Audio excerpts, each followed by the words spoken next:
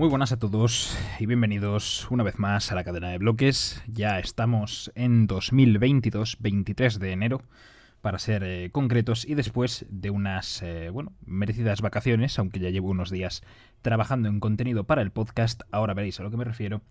Ya estamos aquí, ya estamos grabando nuevos episodios. Este va a ser el primero que escuchéis hoy mismo, a día 23 de enero del 22.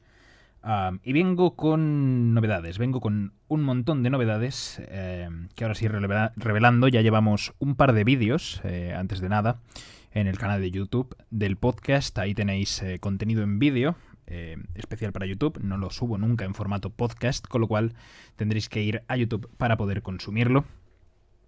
Son unos noticieros semanales que estoy grabando todos los viernes. Es una especie de resumen de noticias y eventos relevantes de la semana, con lo cual creo que es interesante tenerlo en cuenta, ya si estáis un poco al tanto de la novedad del ecosistema cripto, del ecosistema NFT. Estoy intentando traer mucho contenido también de NFTs, porque sé que a muchos os interesa, con lo cual creo que es algo a tener en cuenta. Y aprovecho ya para concretaros lo que van a ser los nuevos horarios, ¿no? Ya más definidos de la cadena de bloques de esta segunda temporada, ¿no? La temporada de 2022 de la cadena de bloques. Y aviso que venimos con muchísimo más contenido que en 2021. Y vamos a ello, vamos a ver cuál va a ser el horario, ¿no? Este calendario de publicación. Vamos a tener podcast los miércoles y domingos entre las 7 y las 8 de la tarde, hora española. Si sois de Latinoamérica, pues podéis convertir la hora, ya sabéis, 19 pm, 19:20 pm, hora España será cuando publique, ¿no? Cuando se publiquen los programas.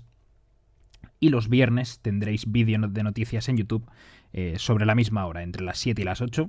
Y esos van a ser los días de publicación. Si algún día no va a haber podcast por algo, aunque en principio es que lo haya todos los días, aunque yo no esté o no pueda dejarlo programado de antes o lo que sea, avisaré por Twitter, ya sabéis, @lacadenabloques. Por ahí, pues podéis contactarme, hablar conmigo, saludarme, proponerme temas para el podcast. Yo resuelvo dudas o lo que sea. Podéis utilizarlo para cualquier cosa que se os ocurra. Pues para eso está, ¿no? Por ahí podéis contactarme. Y Twitter, que es una red que facilita, ¿no? Este trato tan cercano y demás, con lo cual pues se podría decir que es el mejor canal que tenéis para contactarme. Y dicho esto, añadir también que en Twitter quiero empezar a hacer spaces, quiero empezar a hacer espacios de Twitter, como los queráis llamar, en los que tendríamos una charla variada para el que quiera hablar. Yo tendría un tema preparado, hablaría sobre ello, pero en cualquier momento cualquiera de los que estéis en la llamada me podríais interrumpir perfectamente y hablar conmigo de cualquier cosa, compartir opiniones, etcétera. Esto ya veré qué días, en qué horario. A lo mejor esto sí que va siendo algo más improvisado. Pero digamos que los días y los horarios están por decidir, con lo cual iré informándoos de esto próximamente cuando esté decidido, también por Twitter, aunque supongo que en el primer podcast que haga cuando esto ya esté decidido también lo anunciaré. Y dicho esto, también vamos a tener contenido nuevo de pago en el podcast, con lo cual, cuando digo contenido de pago simplemente digo que para aquellos que queráis apoyar el podcast de manera económica, claro, siempre está el dejar los likes, compartir, dejar reviews en Apple Podcast, por ejemplo. Pero siempre está esta alternativa, ¿no? Esta alternativa de suscripción de pago, que en principio ya diré si hay otro modelo, pero va a ser de 2,99 euros al mes. Y lo que vais a tener, porque claro, obviamente los que opten por esta opción van a tener el contenido que tiene todo el mundo, más un extra, que van a ser 2 newsletters mensuales, una a mediados de mes y otra a finales, o una a principios y otra a mediados, ya veré. Básicamente una newsletter cada 2 semanas hablando de todo el contenido que hemos producido en la cadena de bloques, noticias, novedades, aspectos extra que no voy a comentar en los podcasts, etcétera. Van a ser unas newsletters bastante completas, con lo cual ya avisaré cuando esté habilitado esta opción. Supongo que estará a partir de la semana que viene. Y para aquellos que queráis, pues vais a poder realizar esta pequeña contribución de 2,99, que al final ayuda a mantener al podcast. Básicamente, pues para pagar las suscripciones a los servicios que utilizo para subir el podcast, etcétera. Básicamente, estas serían todas las novedades, incluyendo la novedad final del libro, ¿no? Ya sabéis, algunos, sobre todo los que estáis por Twitter, que había estado escribiendo un libro. El libro está ya a puntito, he estado corrigiendo cosas y añadiendo algunas otras, y espero que ya por fin, después de... Yo esperaba que estuviese para mediados de diciembre, finales, al final, bueno, se ha retrasado un mes, pero espero que esto, para esta próxima semana o la primera de febrero como muy tarde, ya estará. Avisaré cuando esté disponible, pero vamos, falta eso, una semana, semana y media para que el libro esté disponible, ya con todo corregido y todo el contenido añadido, con lo cual la publicación se encuentra cercana. Y os avisaré de ello también en el primer podcast en el que el libro ya esté disponible. Y dicho todo esto, habiendo acabado, ¿no?, con el apartado de novedades y noticias del podcast y del contenido que yo suelo crear, vamos ya con el tema de hoy, que como ya habréis visto en el título, que no sé exactamente cuál habré puesto, pero bueno, habré puesto algo así como las altcoins no pueden sustituir a Bitcoin, o Bitcoin es insustituible. Mira, me gusta este último. Y es que, bueno, como ha habido una situación ahora de mercado un poco convulsa, digamos, la gente se pone nerviosa muy rápidamente. Bueno, hay gente que ya ha vivido dips muy fuertes. Que ha sido un dip del 30%, ¿no? 35, 40, no lo sé. La verdad es que llevo o sea, no estoy mirando mucho las gráficas, he de ser sincero con vosotros, ya sabéis cómo soy, pero bueno, sí, un dip del 40-50%, ¿no? Ha podido llegar a ser, sí, cercano. Bueno, pues habiendo gente que a lo mejor ya vivió el dip de finales del 2017, 2018, bueno, finales del 17, principios del 18, de eso, de casi $20.000 a luego aquel momento de tocar fondo en unos 3.000, 3.500, no me acuerdo exactamente. Pues gente que ya ha vivido aquellas caídas, pues a lo mejor esta le da un poco igual, ¿no? Dice, bueno, pues Bitcoin a $35.000, ni tan mal, ¿no? O sea, quiero decir, sigue estando casi al doble que en el all-time high del bull run anterior. Y de todos modos, esto, como siempre, es opinión personal, no es consejo de inversión, que cada uno realice su propia investigación, y no pretendo yo dar consejos de inversión a nadie. Pero no me parece que el ciclo, ¿no?, que este ciclo alcista de Bitcoin acabe aquí. No creo que esos 60-65 hayan sido ya el ATH y ya vayamos a ir despacito hacia el próximo bullrun dentro de 3 años o 4. No me parece, pero bueno, todo puede ser. Ya veremos qué es lo que ocurre, solo el tiempo lo dirá. Y aquí la idea es que, claro, que con esta situación...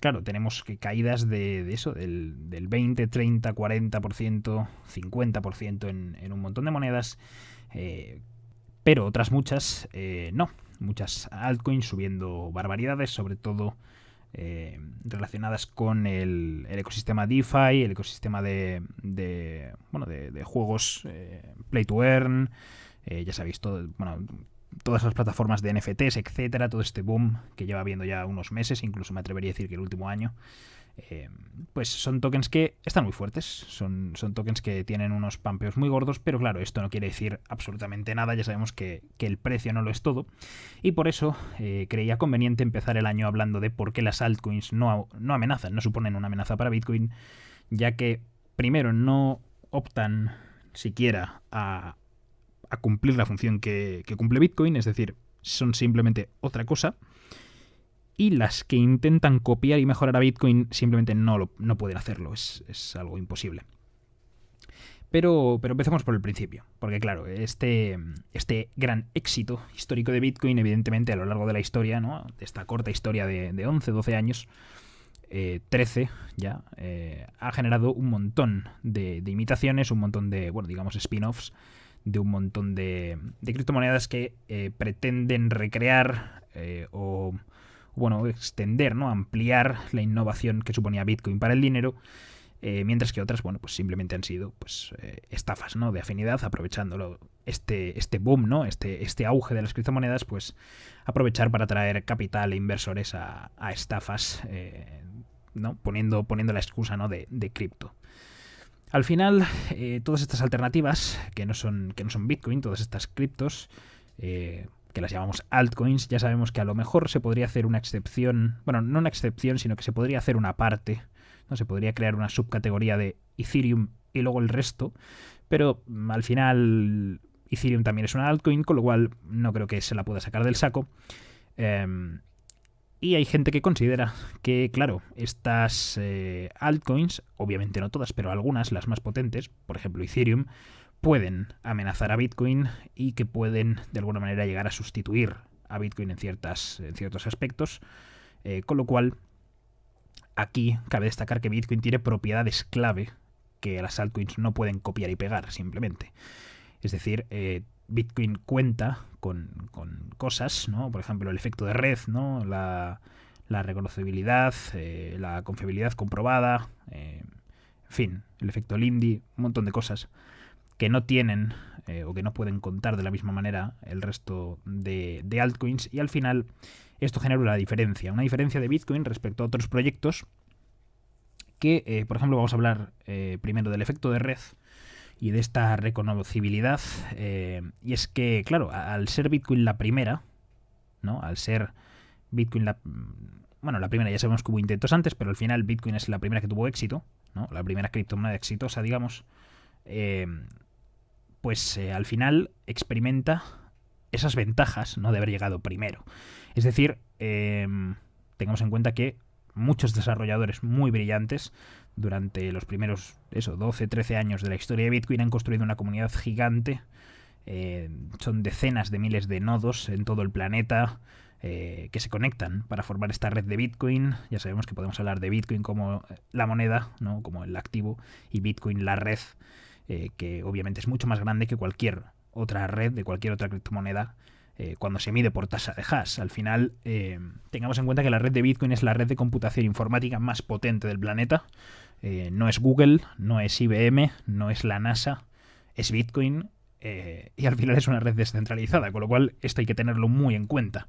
Esto es algo clave, y este dominio de, bueno, digamos, este mercado o esta industria, pues lo que crea es una marca reconocible para Bitcoin. Es decir, a pesar de que haya muchos nombres similares, muchas altcoins, muchos logos, muchas criptomonedas, pues al final Bitcoin es otra cosa, no se le puede meter en ese mismo saco porque simplemente no es lo mismo. O sea, básicamente estamos, digamos, jugando en otra liga, por así decirlo. Vamos a hablar ahora de esta fiabilidad, ¿no?, que le da esto que hemos hablado, y es que al final Bitcoin ha experimentado un tiempo de actividad sin precedentes en tecnologías o en empresas. Tengamos en cuenta que desde 2013 creo que fue el último... Bueno, creo que hubo un... O sea, bueno, sabéis que ha habido 2 momentos en la historia que Bitcoin se ha parado, digamos, o que ha tenido un tiempo offline muy, muy corto. O sea, creo que son horas en los 2 casos. Ya hablaremos un día de estos casos, lo podemos hablar en un Twitter Space, de los que había dicho al principio que podemos organizar, pero básicamente desde 2013 Bitcoin se ha mantenido activo y accesible sin interrupción. Es decir, nunca ha habido una caída de la red de Bitcoin, y tengamos en cuenta que esto, claro, puede decir, hombre, a ver, es lo que se esperaría, ¿no?, de algo que debe funcionar. Bueno, pues Google, Microsoft, Facebook nunca han alcanzado este nivel de fiabilidad, siempre tienen caídas alguna vez, con lo cual el tiempo de vida de Bitcoin respecto a su tiempo online, sin tener caídas, ¿no?, sin haber estado offline, es del 99, un montón por ciento, con lo cual es una de las redes más fiables, más confiables que existen, si no la más confiable. Por todo esto, por no contar con sobrevivir a ataques externos, intentos de prohibición por parte de gobiernos, tenemos el caso de China y otros muchos, disputas internas sobre la dirección del protocolo. Ya sabemos que Bitcoin al final, ¿quién toma las decisiones? Pues la propia red de Bitcoin, con lo cual distintas disputas que ha habido a lo largo de la historia dentro de esta propia red también las ha superado sin problemas, y ha resistido bajadas y subidas masivas de precio, y la volatilidad al final con cierto tiempo, ¿no?, cuando tomamos un largo plazo, suficientemente largo plazista, aunque esto parezca extraño lo que estoy diciendo, cuando jugamos en un long term, que de verdad es long term, la volatilidad no es tal, no es tan volátil, y de hecho no importa porque la volatilidad es hacia arriba, con lo cual es una volatilidad buena al final. Con lo cual el hecho de que Bitcoin haya sobrevivido tanto tiempo sirve como una señal positiva, ¿no? Ya sabemos esto de a que cada día que una tecnología sobrevive hace que sea menos probable que vaya a desaparecer, con lo cual ya son 13 años, ya no estamos hablando de un par, con lo cual, bueno, sigue siendo una corta historia, pero seguiremos viendo cómo se amplía en el tiempo. Y ahora hay que hablar de la antifragilidad, porque Bitcoin es antifrágil. Y diréis, ¿esto qué quiere decir, no? Esto al final, esto de que sea antifrágil, ¿qué quiere decir? Pues básicamente, durante los 13 años ya de existencia de Bitcoin, la idea es que se ha vuelto más resistente en muchos sentidos. Al nacer, Bitcoin tenía una especie de punto central, ¿no? Un único punto donde poder hacerle mella.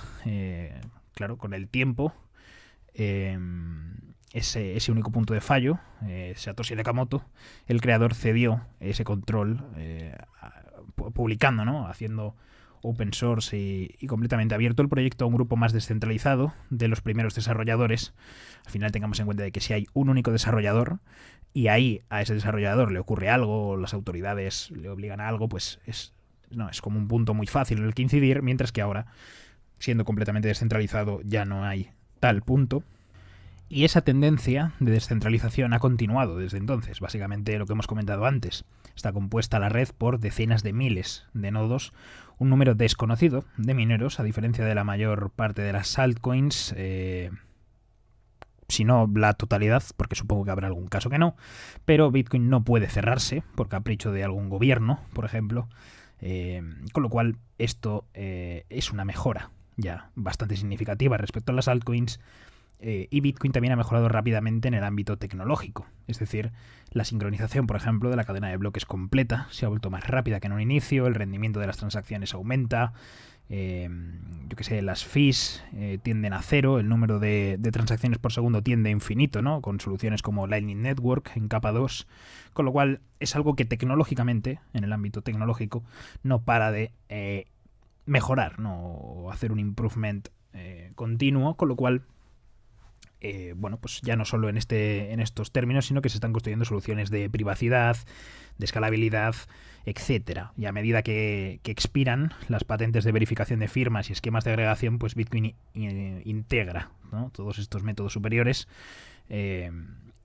y se ha descubierto, se han ido descubriendo, quiero decir, y corregido errores en el código a lo largo del tiempo. Y por último, el aumento de las herramientas y la educación, que ha permitido que un número creciente de desarrolladores contribuyan al código base de Bitcoin, ¿no? Al final cualquiera puede toquetear el código y proponer, ¿no?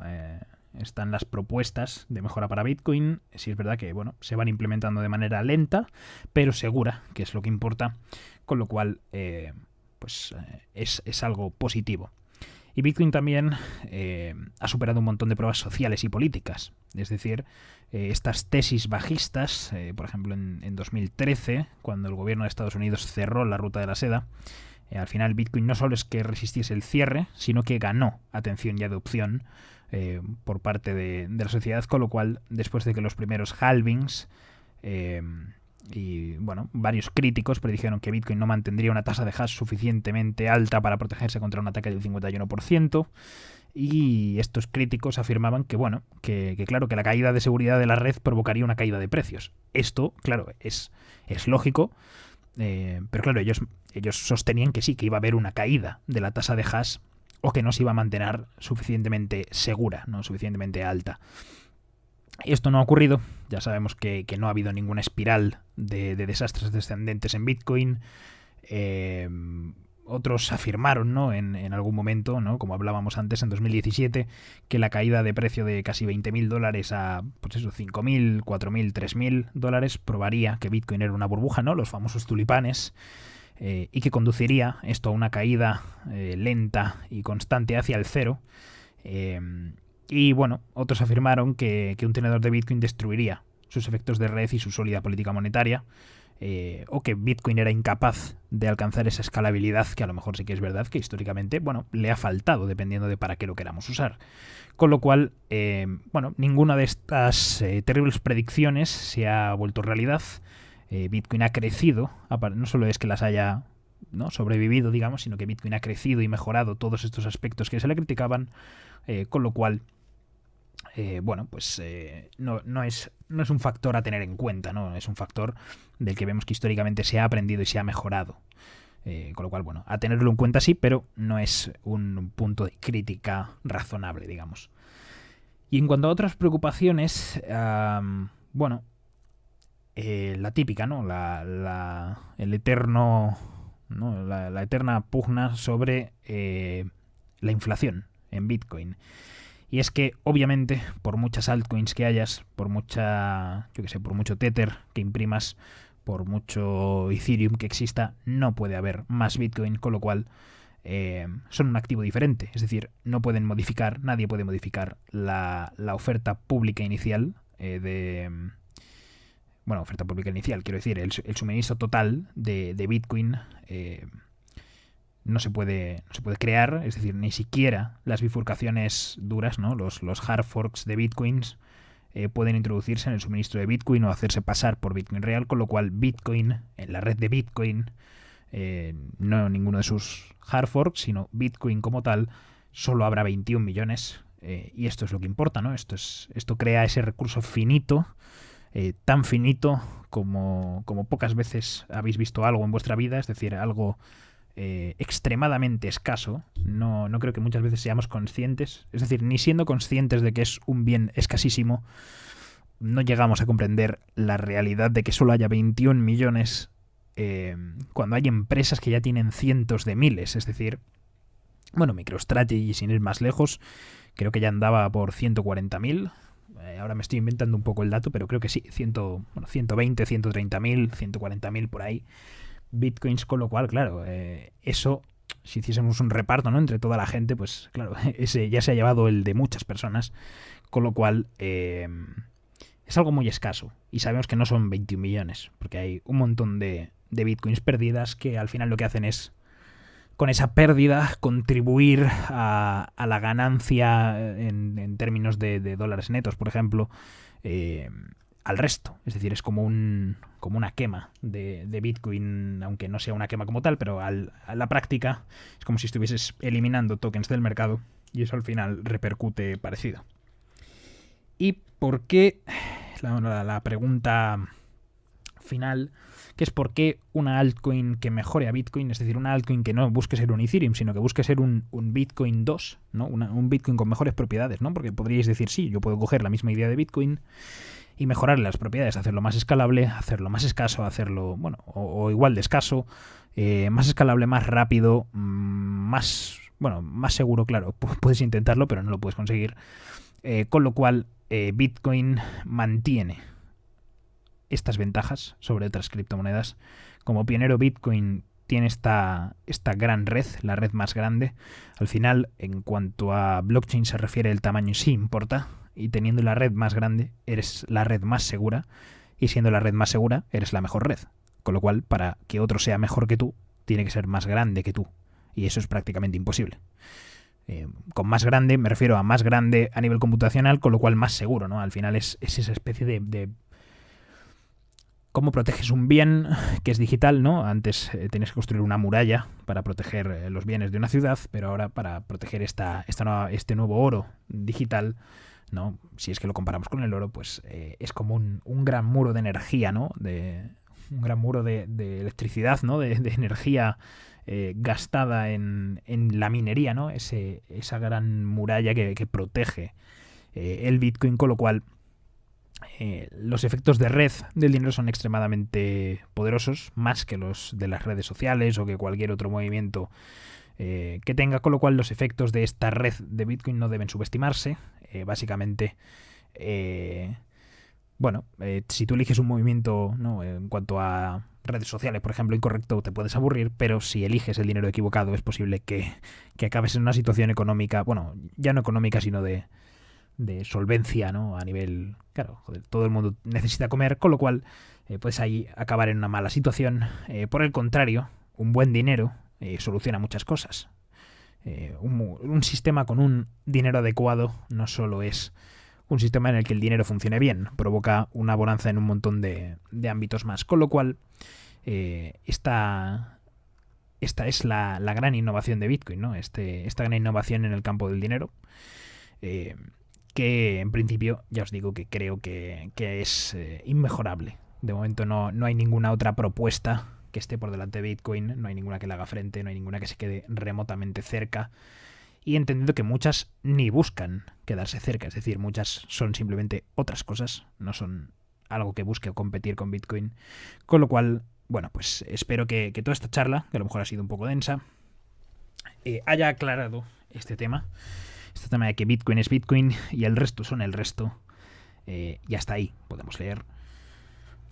Sobre todo para aquellos que, bueno, que durante este último año de Bullrun hayan ido entrando. Entiendo que es un podcast un poco más, bueno, a nivel base, ¿no? Hay mucha gente que ya conoce todo esto. Pero bueno, he querido resumirlo, he querido tratarlo así por encima, con lo cual, bueno, pues ya iremos ahondando en temas más complicados. Ya sabéis que justo antes de Navidad tocamos temas bastante complejos, ¿no? CoinJoin, por ejemplo, estuvimos hablando de él. Con lo cual, bueno, por ahí tenéis alguno para más expertos, ¿no? Tenéis contenido de sobra para gente que ya lleve algo más de tiempo. Como siempre, espero que os haya, aún así, resultado útil, resultado interesante, que hayáis aprendido algo, que os hayáis apuntado todas las novedades, ¿no?, que va a haber en el podcast en este año que ya hemos comenzado. Bueno, que ya hemos comenzado, ya llevamos casi un mes de él. Tened en cuenta que ya ha pasado, pues eso, un 7% del año. Esto va pasando rápido, aunque durante el proceso eso nos haga lento, pero cuidado, hay que ponerse las pilas, iniciar el año con fuerza. Ya os lo dije, creo, en los vídeos, pero bueno, os felicito el año, aunque ya han pasado 23 días. En el primer podcast oficial, creo que también os lo dije en el último del año pasado, si no me acuerdo mal, fue el 29 o el día 30, algo así. Con lo cual, bueno, lo dicho, espero que hayáis aprendido algo, que os haya resultado interesante, y nos vemos en próximas publicaciones, en los vídeos de YouTube, en los espacios de Twitter, y muchas gracias por adelantado a aquellos que cuando se active el programa de suscripción, ¿no?, de suscripción de pago, me ayudéis a mantener esto y apoyéis económicamente el podcast. Un saludo y nos vemos en el próximo pod de la cadena de bloques.